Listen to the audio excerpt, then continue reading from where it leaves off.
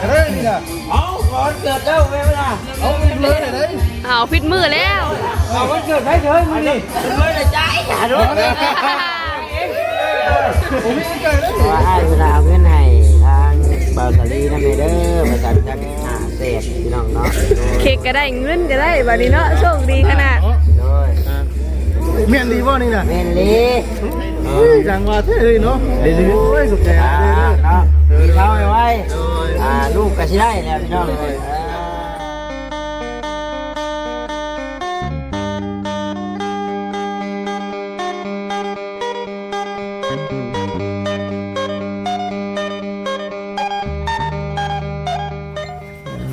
เนาะหวยน้ำไปให้บ่เนาะว่าซั่นแม่พอประหยัดงบเนาะหวยน้ำแล้วไปถ่ายคลิปโอ้โหเนาะเอามา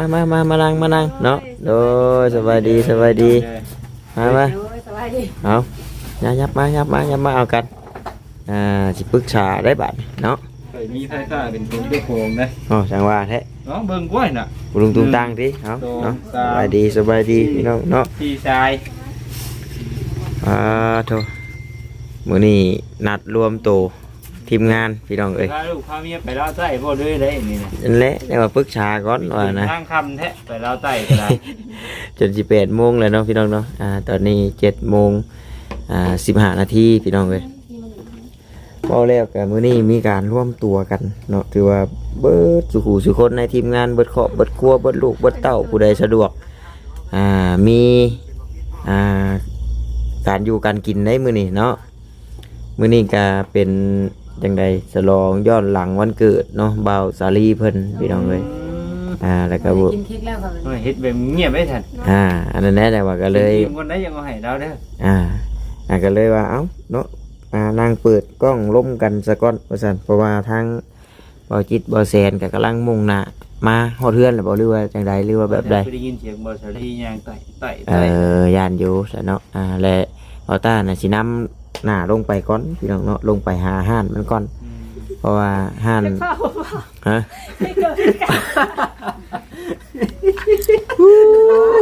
โมเมนต์ประเทศเลย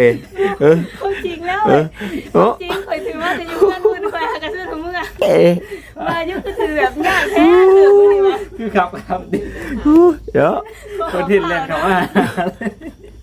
เปล่าเฮ้เกิดเกิดวิกาคออะไรกันบ่เรื่องกินอะไรมันนั่นนี่เนาะโอ้พี่น้องเนาะอันนี้กับเพิ่นย้อนหลังวันเกิดให้ทางบ่าวสาลีบริษัทเนาะซื้อเค้กซื้อยังเป่าสู่กันกินแล้วก็เลี้ยง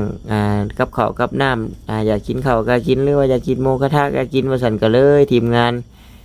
ก็เลยว่าเอ้าสั้นๆกินหมูกระทะบ่ได้กินแต่โดนแล้วว่า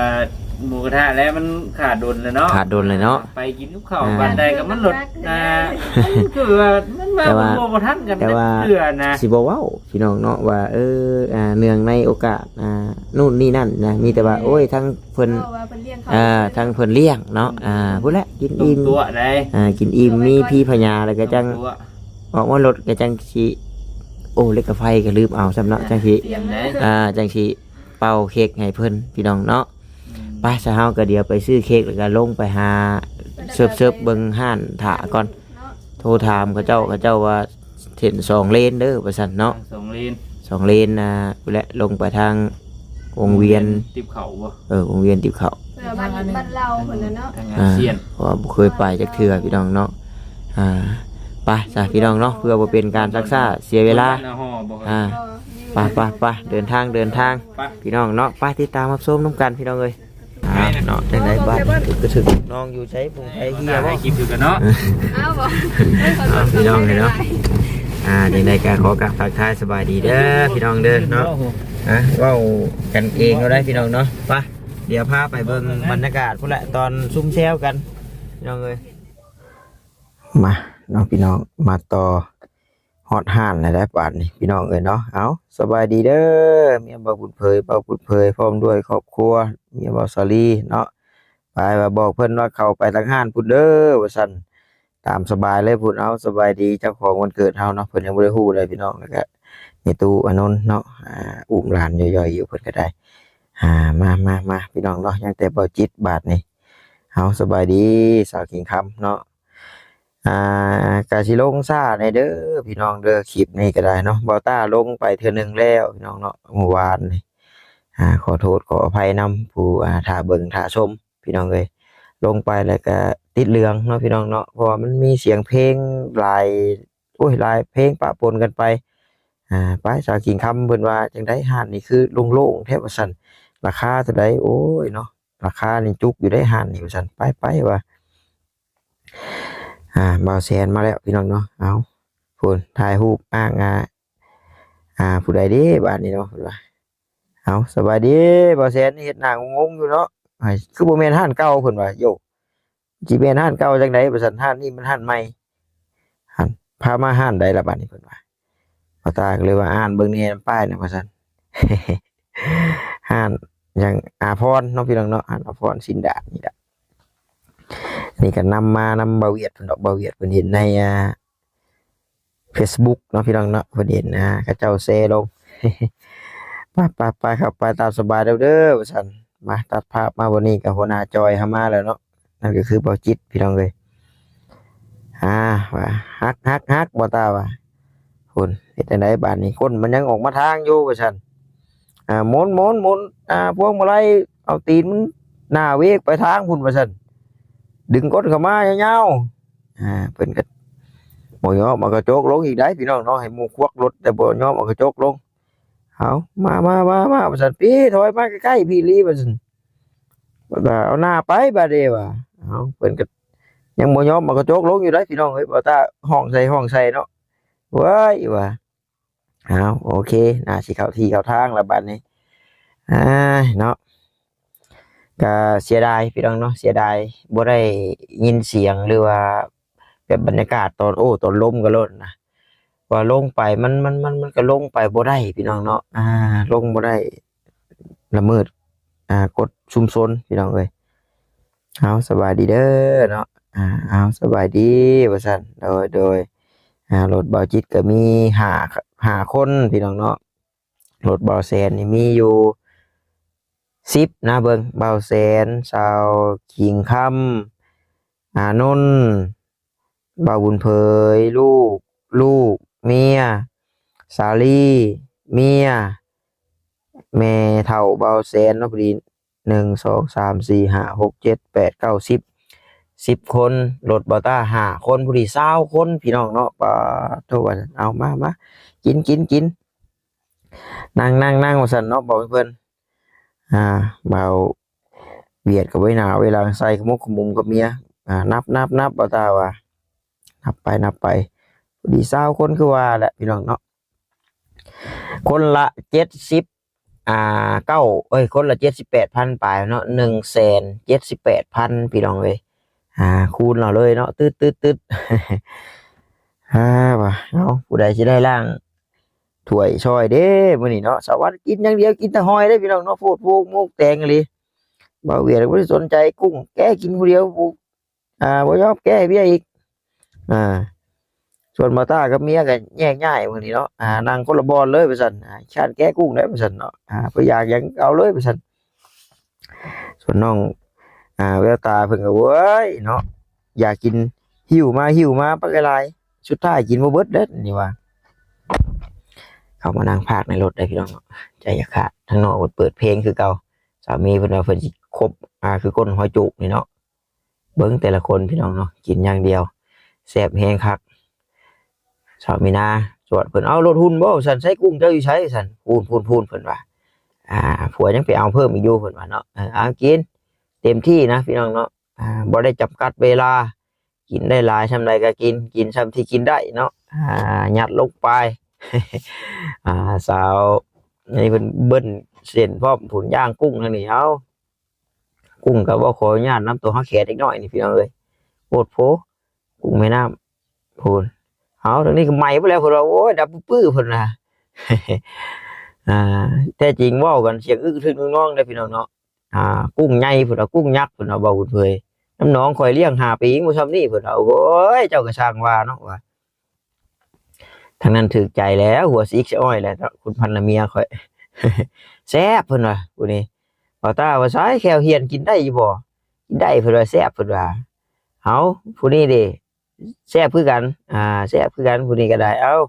บ่ตาว่าจะเฝ้ากินหัวมันเด้น้ำสิอิ่มบ่แสนมันว่าค่อยกินแล้วเพิ่นว่าเหลือใจบ่ถึกเลขมื้อนั้นเด้เนาะเหลือใจบ่ถึกเลขมื้อนั้นค่อยกินแล้วเพิ่นว่าเอ้ากินซะว่ากินหลายๆเนาะเต็มที่เลยมื้อนี้เพราะว่าทางอ้ายเพิ่นก็โอ้ยเนาะถือว่าจัดนัดจัดให้เต็มที่ตลอดพี่น้องเนาะโอ้ยฝากไปนำกับเว้าติดขัดละบาดนี้ปูนกุ้งก็บ่แม่นว่าขี้โม้ดอกพี่น้องเอ้ยแต่ว่าใหญ่แต่กราบได้พี่น้องเนาะมันเป็นกุ้งแม่น้ำมันบ่แม่นกุ้งเนื้อปานใดก็มีก็เลยละลายอยู่บาดในท้องอืดแล้วสะพานเริ่มยานแล้วมาว่าคอยสิซอยว่าซั่นกินแล้วบ่ตาเอาผู้ดีน้องเพิ่นมาขายในทั่วดินหรือว่าในทั่วดินทรงบ่ตาเอาซอยถุงนึงเด้อน้องหลาเด้อว่าซั่นโอ้เนาะดุอีหลีพี่น้องเก่งอยากซอยลายอยู่พี่น้องเอ้ยเนาะรอผลตรวจนั่นน่ะหมูกระทะมาก่อนว่าซั่นหมอจนดำพี่น้องเอ้ยเนาะโพดโผมีแต่ไปก็ไปมากินเบิ่งก่อนว่าซั่นน่ะซีมแล้ว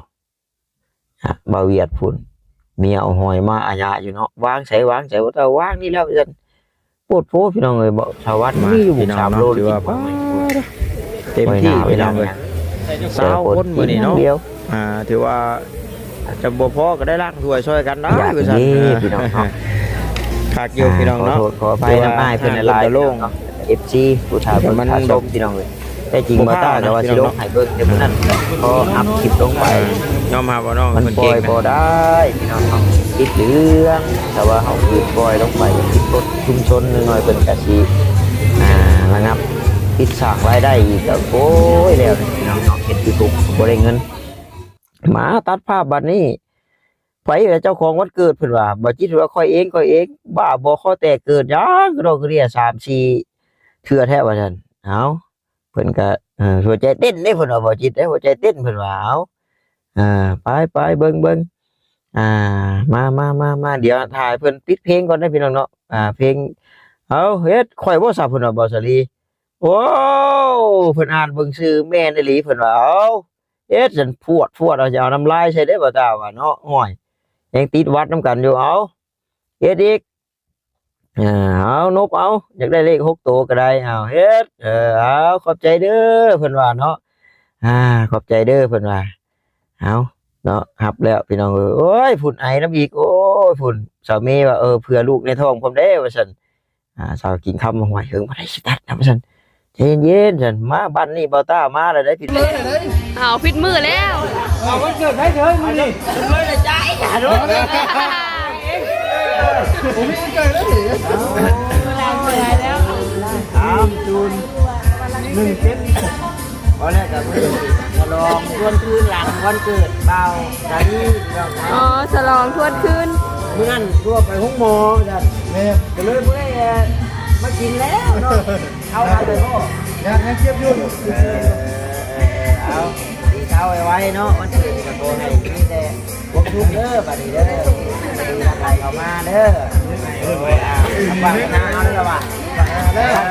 ที่นี่ไม่ต้องแข่งก็ชิมไปแล้วบัดนี้พอโต๊ะเพิ่นแล้วครับนี่ก็ปัดกันชิมปัดด้วยว่าแบงน้องไปตาเบิ่งดูจากร้าน4 ล้าน17,000กีบยังไงกระเป๋าเบายังอะกุย4 ล้าน7,000กีบจับก่อนเมื่อไหร่ใช่ปะกินกันแล้วเนาะได้เค้กโรดทำสิไอนะคือกระยาท่านได้กินซ้ำกับสมาร์ทข้อก่อนเลยท่านกินดิซ้ำได้นี่ท่านได้กินเค้กได้นี่ไม่ทานไอ้ไม่ทานผู้ทางนี้กันเนาะจกเงินไวๆเลย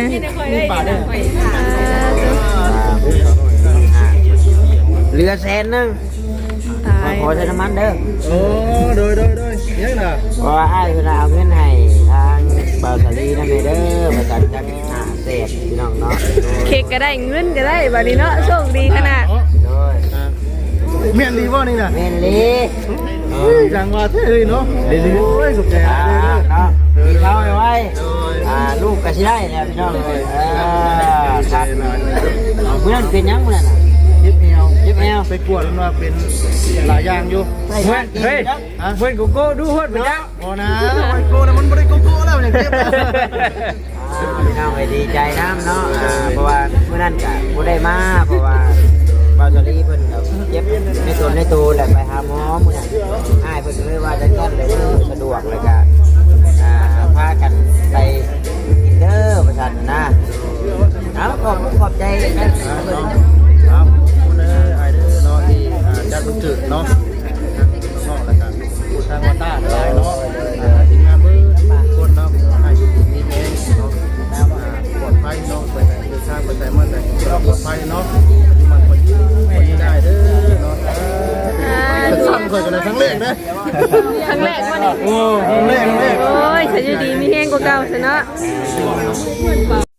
เอาพี่น้องเนาะว้าวทันขาดคำเปิดเพลงอีกแล้วพี่น้องเว้ยเนาะเพลงคืนซ้ำพี่น้องเลยเนาะเพราะตากับบุมั่นใจได้เนาะมาขอได้รูปแน่ประสัน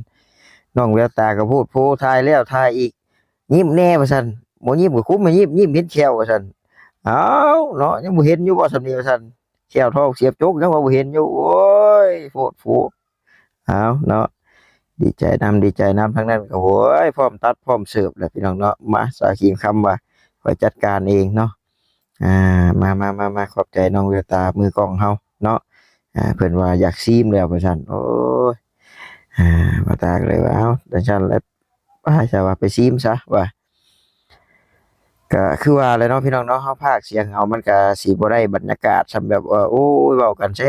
ซวพี่น้องเอ้ยแต่บวกกับเป็นวัดเป็นไอฉะนั้นวันไหวอยู่พี่น้องเนาะคือบ่ว่าฉันกินเค้กนี่เอาคือบ่คือก็ไผอันนี้ก็ต้วยเพราะเป็นวิธีเด้อว่าซั่นบอกกันเจ้าของวันเกิดเพิ่นเพิ่นว่าเนาะจังหน่อยไปหาหมออีกได้อว่าซั่นตอนบิดเพิ่นก็บ่ฮู้ได้พี่น้องเนาะว่าแบบใดเพราะว่าทางเบาจิตก็เคยเว้าว่าสิลงไปเรียกหมูกระทะอยู่สินะแล้วบัดนี้เบาจิตไปลงไปทำบ่ตาลงไปแทนสินะก็บ่ได้ว่าโอ้เนื่องในโอกาสวันเกิดเด้อจังซี่สินะก็บ่ได้บอกเพิ่นก็กินแบบงงๆนะกินแล้วเซลนี้นะบัดนี้ส่งออกมาเรามีเค้กพร้อมเนาะยกมันก็คักแล้วแหละพี่น้องเอ้ยคือทั้งห้านนี่นั่นพี่น้องเนาะเป็นเตาย่างนี่เพิ่นสิไล่ต่างหากเนาะพี่น้องเนาะคือถูกคือแบบทุกอย่างนี่แบบฟูเฟ่เบิดพี่น้องเนาะแต่ว่าเป็นน้ำดื่มน้ำโคกน้ำก้อนหรือว่าเตาย่างเตาปิ้งนี่เพิ่นสิไล่ต่างหากแต่ว่าเป็นเนื้อเป็นเนื้ออยู่เนื้อกินอย่างนี้แบบกินแบบบุฟเฟ่พี่น้องเนาะบ่ตาเว้าถืออยู่แล้วไปพี่น้องเนาะแล้วก็บ่จำกัดเวลาเนาะพี่น้องเนาะแต่ว่าจะไปดึกได้พี่น้องทางห้านเพิ่นปิด 11 โมงบ่ได้จำกัดเวลาตอนกินแต่ว่าเพิ่นมีเวลาปิด 11 โมงเนาะถ้าไปดึกแล้วบ่คุ้มได้เจ้าเพิ่นว่าบ่ได้จำกัดเวลากินแต่จะจำกัดเวลาปิดห้านเอาอันใดบาดนี้เนาะพังง่ายเว้ายากเอาบริษัทเจ้าของวันเกิดเพิ่นก้อนทอซบเข้านี่พี่น้องเอ้ยมาจะกินเพิ่นขอบใจเด้อเพิ่นว่าโอ้ยมาจากคำเนาะงับเข้าไปไปสิเอาน้ำเพิ่นว่าแต่ละคนหันหลังใช่แล้วของไงฉะนั้นวันไหวอยู่พี่น้องดีแต่บ่ตาบ่ซื้อหลายๆเนาะเค้กกะก้อนละแสนปลายพี่น้องเอ้ยเนาะตัวน้อยนี่กับ100,000สำนาบักพร้าวกับ120,000พี่น้องเนาะก้อนใหญ่นั่น160,000บ่ตัวก้อนใหญ่นั่นเนาะเอามาขอบใจเพิ่นว่าเอาเฮ็ดตะกี้โอ้ย50,000ก็ก้อนบ่ใหญ่เด้อเลยพี่น้องเดี๋ยวนี้บ่มีแล้วก้อน50เนาะ90แสนขึ้นไปโลดของมื้อนี้90ก็ยังบ่อยากมีแล้วล่ะจำว่าเพิ่นตกแต่งหน้าดีๆแต่ถ้าว่าเค้กมะพร้าวนี่แพงนะพี่น้องเนาะเค้กมะพร้าวเอาแววตาไปกินอย่างเดียวเพิ่นโอ้จนเว้าขออนุญาตนำพี่น้องเนาะคนตัวน้อยๆจนได้แค่เคะส่งใส่ว่าซั่นเอากินเพิ่นกินบ่เบิดก็กินพอตาก็เลยว่าเนาะอันแบ่งให้ทางน้องๆอันพนักงานเพิ่นเด้อว่าซั่นเนาะเพิ่นนั่นจังไดนี่นำวันเกิดเบาสาลีว่าซั่นเอาสามีมาค่อยตัดเองเพิ่นว่าเป็นบ่นอกบาดนี้ 60เลยได้พี่น้องนอนน้ำหนักบัดผัวบัด59นึงอ้ายเฮ็ดได้บาดสินำเพิ่นทันเนาะแต่ว่าบ่กล้าเว้าตอนนั้นได้กินหมูกระทะบ่แซ่บแท้ๆพี่น้องเนาะ เดี๋ยวว่าคลิปนี้ก็โอ้ยพี่น้องมาผ่านมา2มื้อแล้วเป็นจังสิว่าเอาแล้วว่าซั่นเนาะมื้อใดอีกผ่านมา2มื้อแล้วพี่น้องเนาะอย่างนี้แหละจำว่าไปถ่ายในห้างแบบนี้นะมันเฮาสิบอกเพิ่นปิดเพลงให้เฮาบ่ได้พี่น้องเนาะไปน้องกระตาไปให้เพิ่นกินน้ำกันว่าซั่นเฮาสิไปบอกเพิ่นปิดห้างบ่ได้มันบ่มีแต่เฮาผู้เดียวเนาะพี่น้องมันสิบอกว่าโอ้ยปิดเพลงให้เด้อซั่นสิมันแบบบ่คือแล้วพี่น้องเนาะมาพากย์เสียงเอาจังซี่แหละพี่น้องเอ้ยสิบ่ได้อรรถรสปานใดก็เบิ่งชมให้เด้อพี่น้องเด้อตากเลยว่าอ้าวก้อนตัวดำๆนี่จังซั่นแหละให้เบาสาลีเมื่อต้อนลูกนำเด้อว่าซั่นเนาะเฮาให้เจ้าของวันเกิดเพิ่นซะตัวก้อนดำๆนี่เอาผู้อยู่นี่กินนี่แต่ว่าทีมงานผู้ชายเฮานี่ยอมแพ้เพราะว่าเป็นไอชาววันก็มาซีหมูอยู่ช็อกโกแลตคักอยู่เฮาบ่เป็นไอน้องแววตาก็บ่ยอมอีกกินอย่างเดียวพี่น้องเนาะเอางับเข้าไปแซ่บชาววันมากินได้ห้อยพี่น้องเอ้ยไปแล้วบาดนี้ไปแล้วเฮ็ดเอาเคาะคักเคาะแน่บาดนี้เอาเฮ็ดเรียบร้อยช้ำท้ายไผเป็นผู้โชคดีบาดนี้เอาก็เนาะให้แม่พาคินเฮาเมื่อตอนพาคินแนวซั่นแต่ถ้ายังเป็นขี้มูกอยู่เชืองไว้ตู้เย็นก็เด้อซั่นเนาะมันสิเป็นไข่ตืมชาวกินคำเพิ่นว่าใช้กองมันว่าซั่นแนวสิเอาตัวนั้นเด้เนาะเอาตัวก้อนดำนี่ให้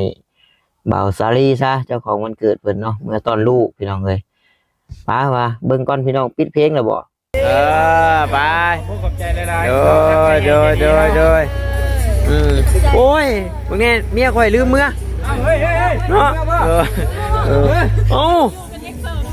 เอาสิอยู่เก็บห่านช่วยเพิ่นบ่มาแม่เอาแม่ตรงนี้มันหกของเพิ่นนี่นั่งไปนั่งมาเอาเนาะนั่งไปนั่งมาลืมเมื่อเพิ่นว่าเอาพี่แต่นั่นแหละพี่น้องเอ้ยจังได๋ก็ขอบใจทั้งอ้ายเพิ่นหลายๆเด้อเนาะขอให้ทั้งอ้ายเพิ่นอยู่ดีมีแฮงร่ำรวยเงินทองบุญเบาบุญเผยก็หุบหอบข่อยบ่ได้ห่อเพิ่นว่าเจ้าของห้านเพิ่นห่อให้เอาหิบเอาไว้กินซะว่ามีแต่ว่าขอให้อ้ายเพิ่นอยู่ดีมีแฮงร่ำรวยเงินทองสุขภาพร่างกายแข็งแรงวันที่14กุมภาพันธ์นี้ก็ขอให้หักแพงมีแต่คนหักคนแพงคนหักคนหอมเด้อเนาะได้เงินดับเงินเดือนสูงๆเดินทางไปมาทางใดตลอดปลอดภัยแคล้วคลาดจากอันตรายทั้งปวงพี่น้องเนาะป้าจ้าพี่น้องปิดภาพไปด้วยห้านอาภรณ์ชินดาษเนาะบ๊ายบาย